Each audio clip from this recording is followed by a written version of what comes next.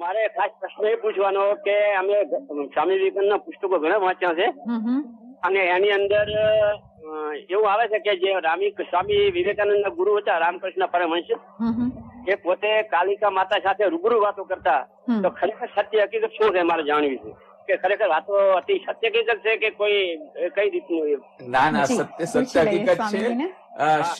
શ્રી રામકૃષ્ણ દેવનું જે જીવન ચરિત્ર છે એ લખેલું છે એમના શિષ્ય સ્વામી શારદાનંદજી મહારાજે, અને એમણે પોતે પુસ્તકના રામકૃષ્ણ લીલા પ્રસંગ પુસ્તક લખ્યું.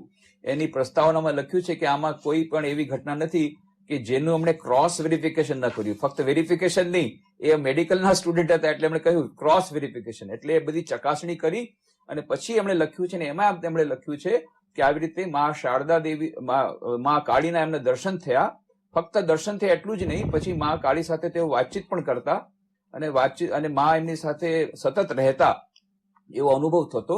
એ જે દિવ્ય દર્શન એમને થયા હતા એ બધી વાતો એ ચકાસણી કરીને એમના જીવન ચરિત્રમાં લખાયેલી છે.